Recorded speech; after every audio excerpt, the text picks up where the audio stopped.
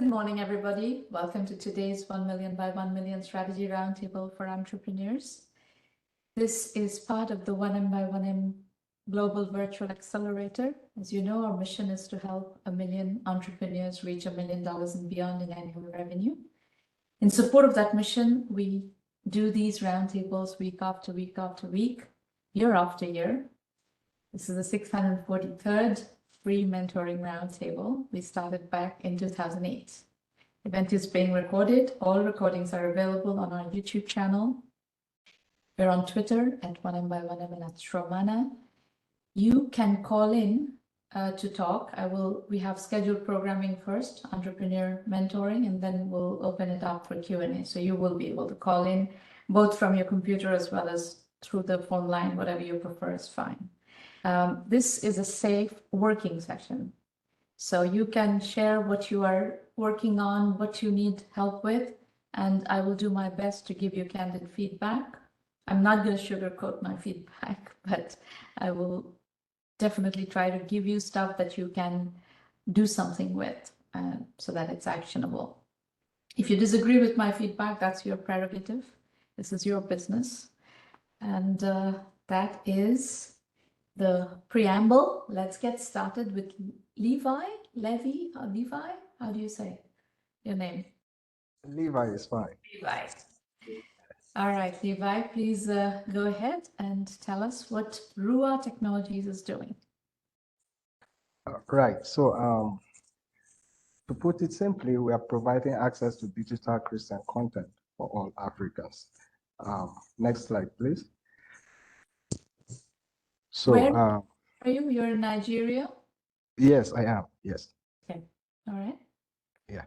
So we have over 700 million Christians in Africa, and over 100 million of them are in Nigeria. But within this space, the majority of the content distributed by Christian organizations to their members is being printed on paper. So you find out that daily devotionals are printed on paper, weekly Bible studies, couple studies, and other Christian contents are printed. So our goal is to provide technology solutions that help Christian organizations distribute their content digitally. Next slide, please. So with a target of course, we have a large population of this Christian community in Africa. So we're targeting a minimum of $2 per user, which values our market size at 1.4 billion. And then currently, statistics have it that internet penetration in Africa is around 40%, which now drops down our serviceable market to about 560 million USD. And then our target of achieving 50% adoption rate across board drops our obtainable market to 280 million at this moment. Next slide, please. And this is, what is the assumption on the business model for this TAM? This $2 per person assumption is based on what revenue model? Is it advertising revenue model, subscription revenue model? What is the model assumption? Subscription revenue model. Okay. Yes. So our solution helps organizations reduce the cost of producing content, which of course is currently being done by printing, which is more expensive, and then centralize access to content for members, which of course today, if a member needs to have access to 5 different church contents, they have to buy 5 different church materials. So our solution centralizes access to this content, reduces the cost of production for the organizations, and then also reduces the cost of access for members. So in general, improves the efficiency of Christian content distribution in Africa. Levi, are you selling to consumers or are you selling to businesses your services? Businesses. Businesses, okay. Yes. So in our effort to do that, we developed a Christian community management system a Christian community management system. So the solution allows Christian organizations to upload contents through an administrative portal, which this content is now later accessed by their members using our mobile application. So a Christian community management system is composed of both a mobile application for content access and then an administrative portal for content management. So considering this, we have understood that the market here in Africa, most Christians want to identify themselves with the church or the denomination they attend. So instead of distributing our content in the name of rural technologies, so we approach, let's say, organization A, propose our solution to them, then customize our solution to carry the logo, the branding of organization A, and then distribute it in the name of organization A, which makes their member more susceptible to adopting those solutions. Next slide, please. Yeah, so from beginning, what we've done is in August 2022, before incorporation in August 2022, when this idea was conceived, we approached a Christian organization named the Navigators. The Navigators is a worldwide organization, but we approached the Nigerian office and then proposed this solution to see if it's something they would love. And then they accepted that, yes, we can develop and deploy this solution for them. So that was when we tested the viability of our idea. We developed the first prototype of our solution. At that point, we call it a Bible study management system. So the idea is just to centralize Bible study management for organizations. So after deploying for the Navigators Nigeria, we moved on and submitted a proposal to the Evangelical Church Winning All. ECWA is one of the biggest Christian organizations here in Nigeria with a total membership of almost 10 million people worldwide. So we proposed to ECWA our solution. ECWA, an arm of ECWA accepted our proposition. So currently we have done a partial integration for that arm of ECWA, which is ECWA Productions Limited, and have launched it. And Levi, yes, how many churches or organizations are you working with currently? currently two. So these 2,500 registered users are through Across board. two companies, two churches. Yes, yes. Okay. Yeah, so we've collected feedback and then we're currently upgrading our solution. The upgrade is almost done. We're on the testing phase. It should be launched this June. So during this feedback and reiteration of our idea, we discovered that members would like a source of information from leaders, a kind of a solution that streamlines communication between leaders of these organizations and the members.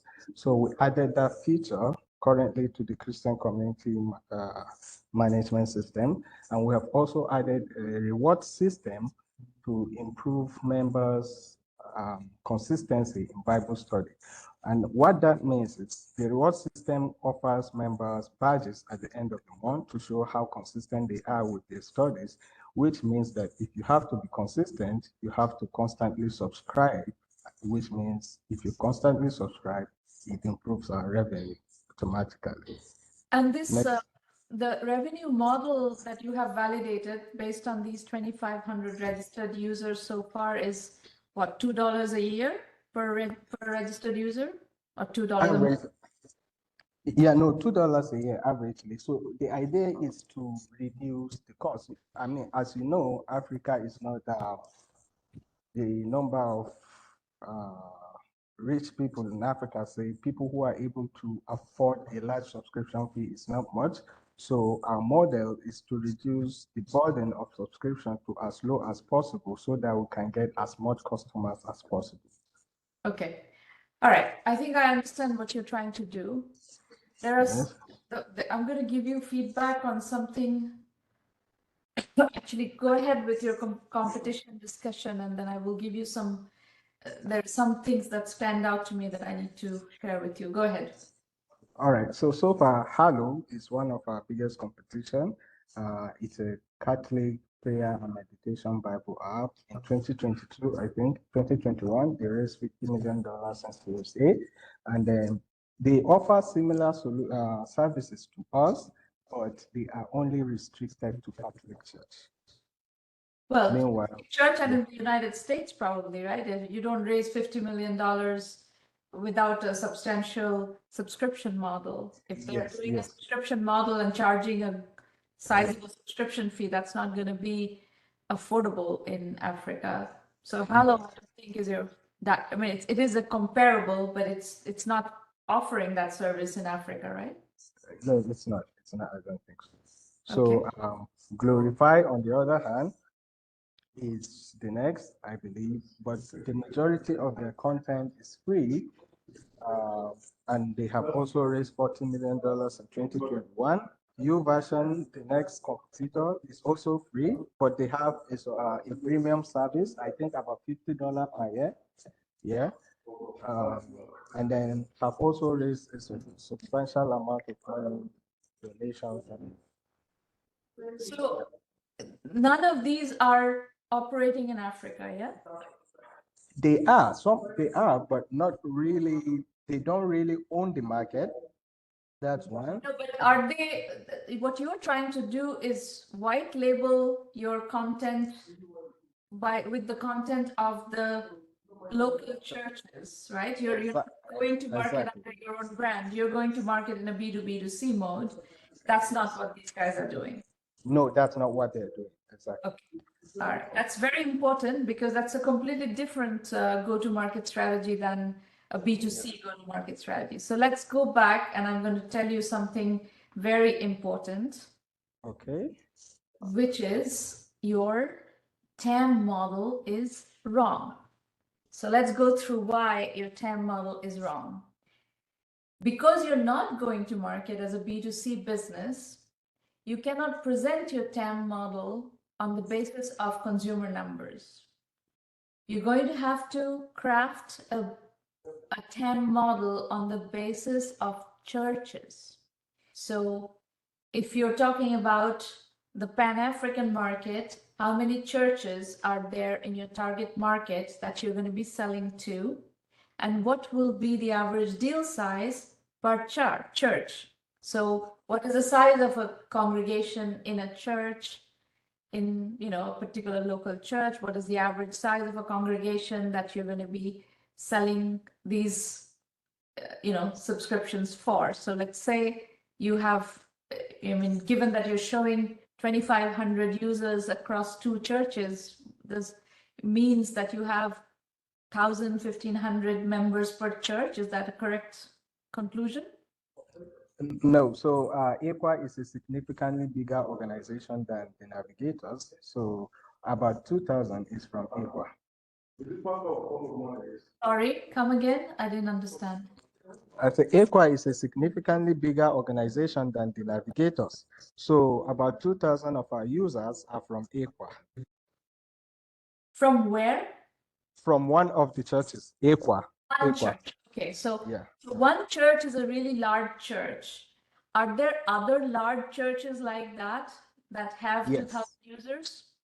Yes, I mean, EQUA has members of 10 million. So the reason why we are having low user rate at this point is because we have not fully uh, achieved full integration with EQUA. So our marketing model is that when we have an agreement with the church pushes adoption within its structure by making church announcements. So because we have not been able to achieve full integration with EQUA, these announcements have not been done. That's why we are witnessing a very low turnout at this point.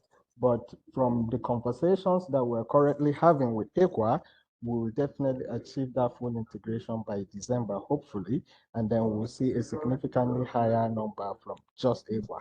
I think EQUA is potentially positioned to give us up to 1 million users because they already have 10 million members. So a 10% adoption rate is 1 million users. Okay. So if you can get to that 1 million users, you're expecting a $2 million revenue annual run rate, annual recurring run rate from just that deal. Yes, yes. However, one thing you should be careful about there is that just integration and deal making does not create adoption. You have to work with them to get the adoption rolled out. But so that's from an execution point of view. But going back to the CAN discussion, are there other organizations like this one that can bring you these very large numbers of users, million users kind of deals? Is that possible? Yes, we have up to 6 or 7 of them that can give us 1 million users. And is that across Africa? How many such organizations exist? Also, this is knowledge of just Nigeria. This information, these 7 churches to 10 that can give us 1 million users is just in Nigeria. So across Africa, um, I cannot tell exactly how many churches are there that can give me 1 million users, but I'm sure that members of churches are part of an organization. So all we have to do is identify the best So that's organization. something that you should do ASAP is Okay. identify how many churches are there across Africa. And there is also the language issue, right? Nigeria is English speaking. How many English speaking churches are there across Africa that have million users, that can bring you million users? And that is one piece of your market penetration strategy. And that can be the early piece of your market penetration strategy, that you go after all the large churches, English speaking large churches in Africa, and close those up. And that will probably get you, if you can execute on this plan, that will probably get you to 10, $20 million in revenue potentially. So that is strategy number one. Now, you have to segment the market to see what are the next tiers of churches. There's the language vector, and then there's the size tier vector. There's also probably large churches that are French speaking in North Africa. Yes, that's true. Not too many. Okay, well, may I say one thing? Yes, of course. All right. So our solution is designed to not to translate, I mean to just transfer content uploaded from the admin portal directly to the mobile app.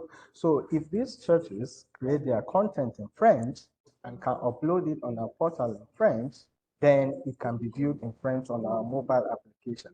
So the language thing is not much of an issue because currently Equa produces They already their, have the language, the content translated. Okay, so you're depending yes, entirely on the churches producing the content. You're not you're just managing the distribution. You're not doing the content work. exactly, yes, exactly. Okay, fair enough. Then the language issue is less significant. But the size issue is still very significant, especially in market sizing. So you have these very large churches, and you have to identify who those, which ones are those very large churches, where they are, and so forth. And that should be your market target number one. Market target number two is the next layer down. Like, are there churches that can give you, 100,000 users, 200,000 users, 250,000 users? That can be another category from which there are probably more of those, and you can gather up, that target audience, and you have to somewhere find a prioritization of these churches. But is there a way that you can find the segmentation of these churches? Is that data available of how big these churches are? Yes, yes, a lot of these data are available. So currently, what I am doing in Nigeria, our marketing, let me say, our marketing strategy is every year we have a target of one big church capable of giving us 1 million users. and 5 smaller churches capable of giving us between 10,000 to 50,000 users.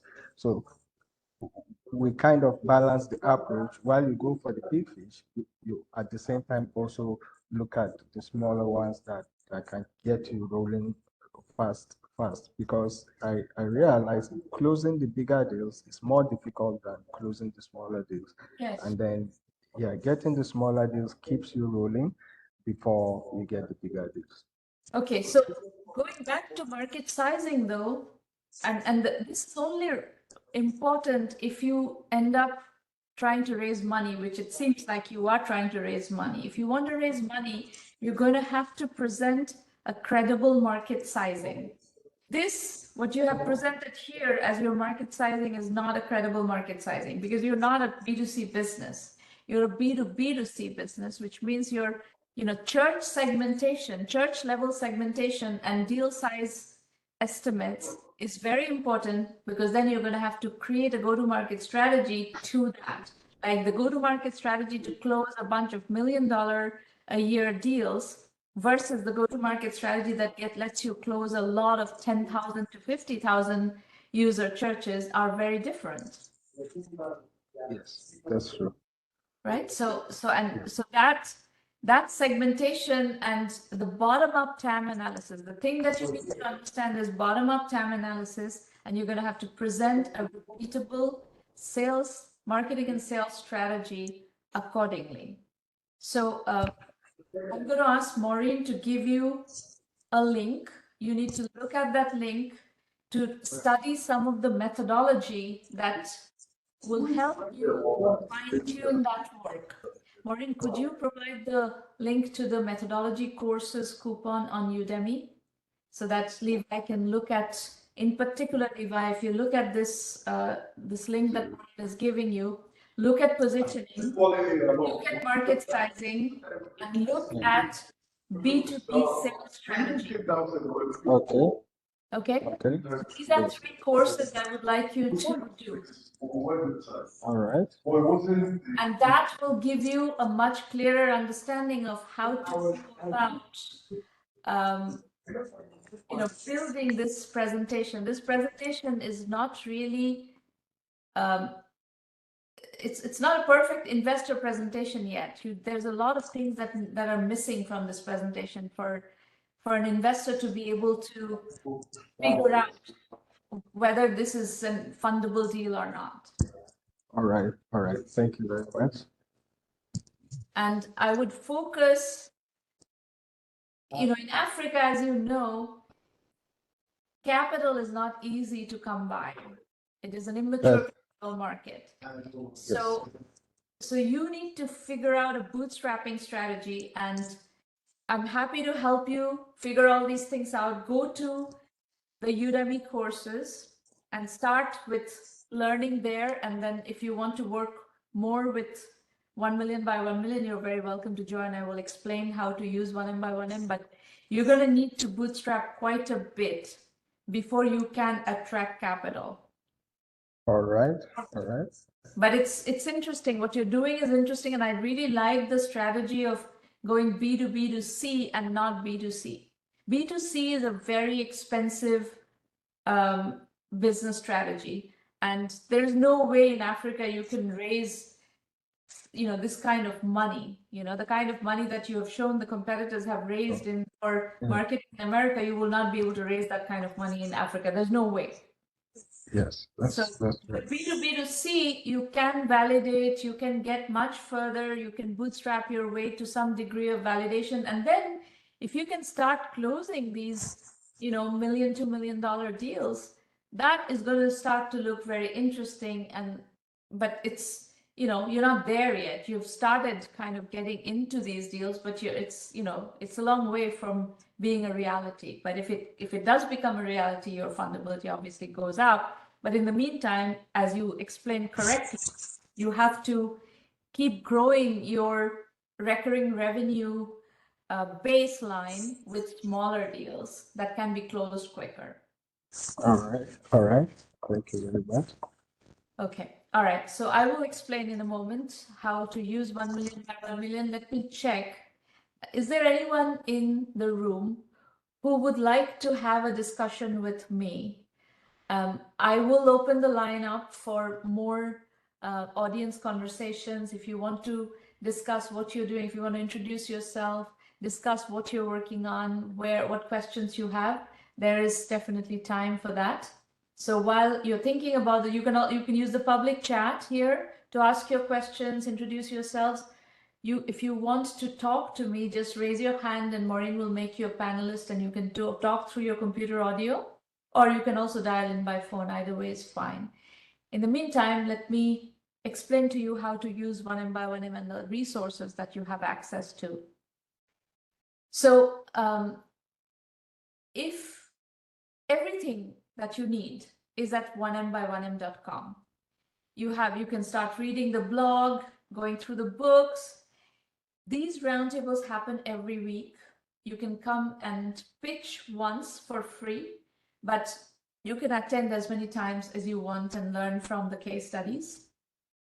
The full acceleration program of 1 million by 1 million is 1M Premium. There we have weekly coaching like this.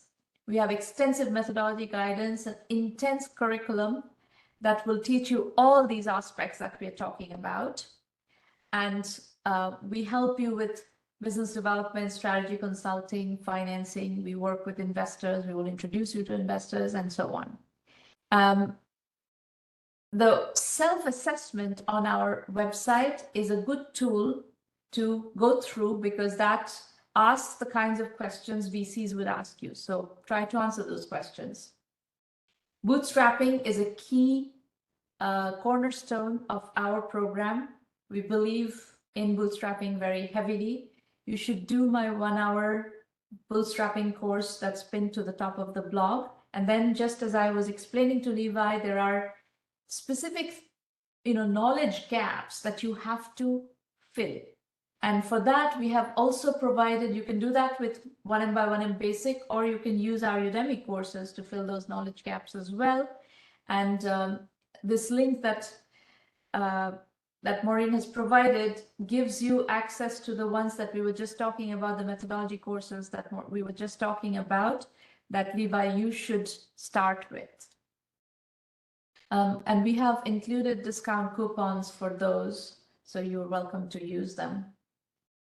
You can access our entire curriculum also by joining 1M Basic, which is $99 a month, and you have access to basically every single module in our curriculum. So go to the website, look at what to expect from Premium, expect from Basic, FAQs, video FAQs, etc., curriculum description. We are a case study based program. So everything we teach you is based on case studies. So you basically get to stand on the shoulders of people who have done it before and learn from their journeys and model their blueprints, strategy blueprints. And that's very effective.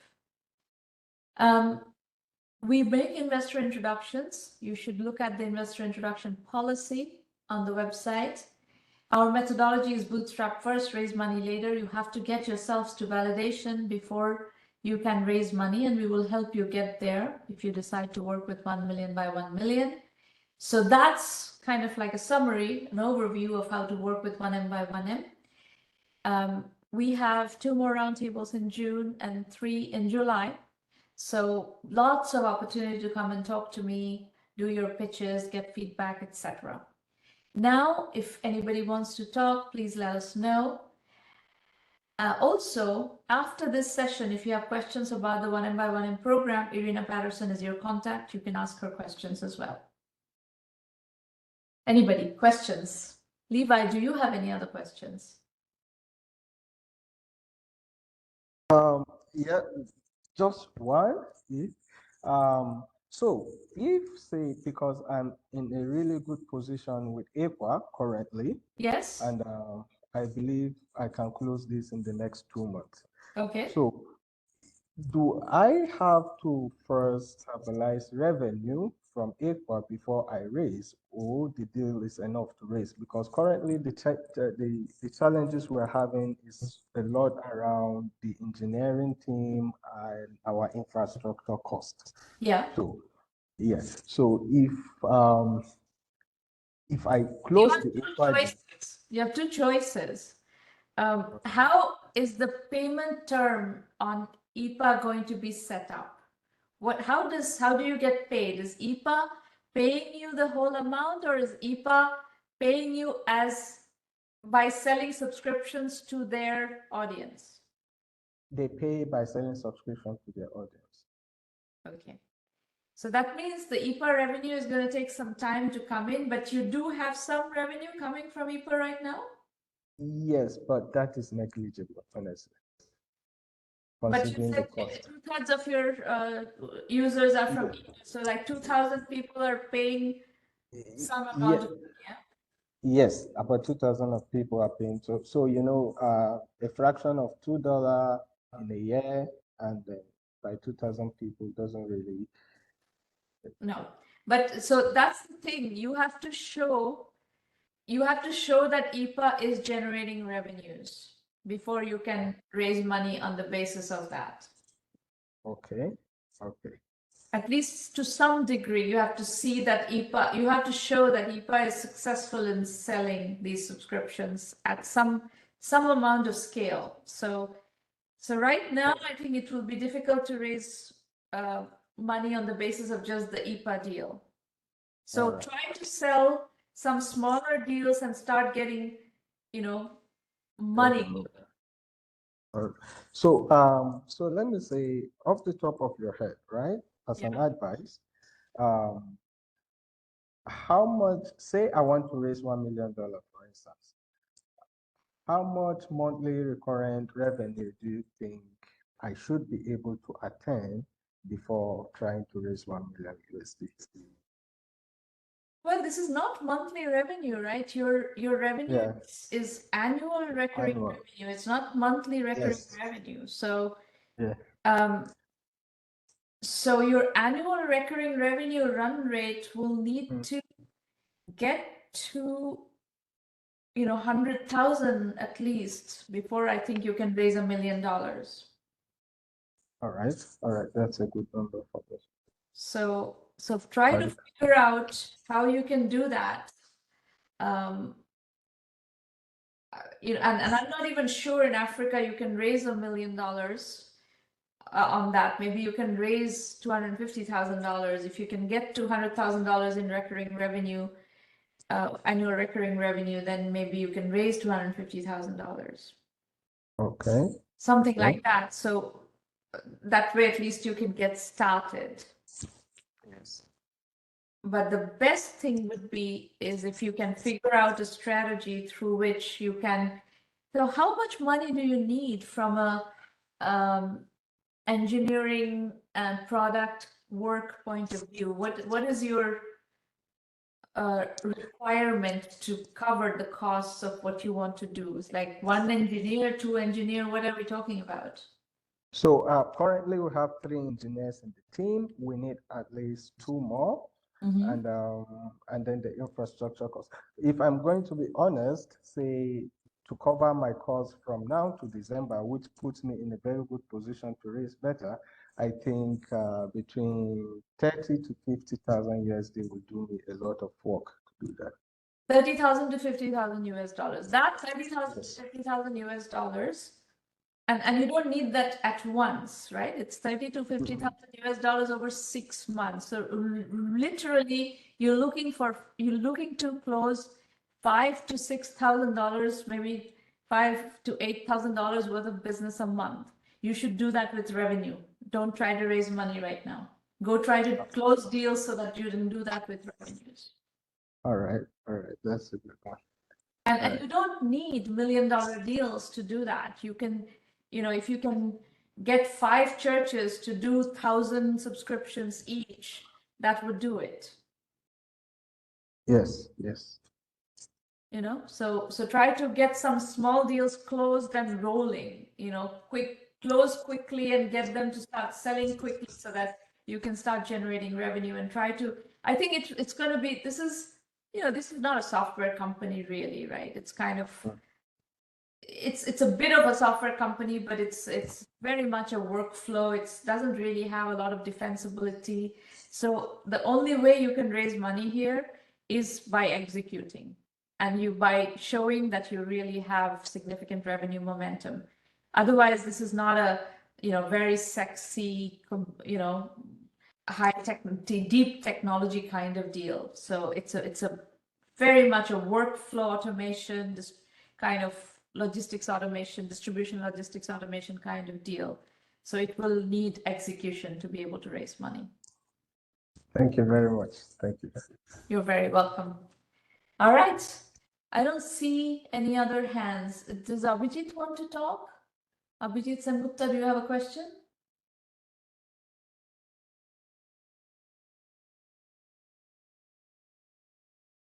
Maureen, I think Abhijit wants to ask a question. I see he's...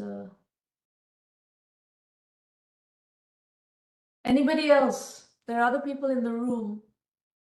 Do you want to introduce yourselves? And Abhijit, you need to come off mute and talk.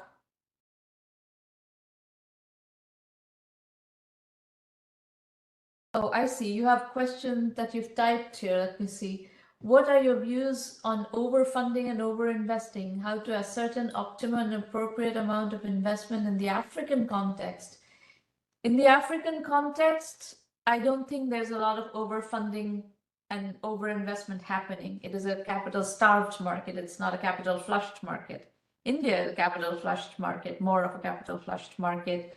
The US is more of a capital-flushed market. Africa is not a capital-flushed market. So I don't think your question at the moment is even remotely relevant. Okay, I've answered your question. Anybody else? Any other question?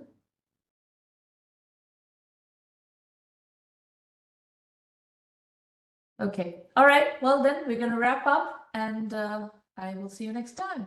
Bye.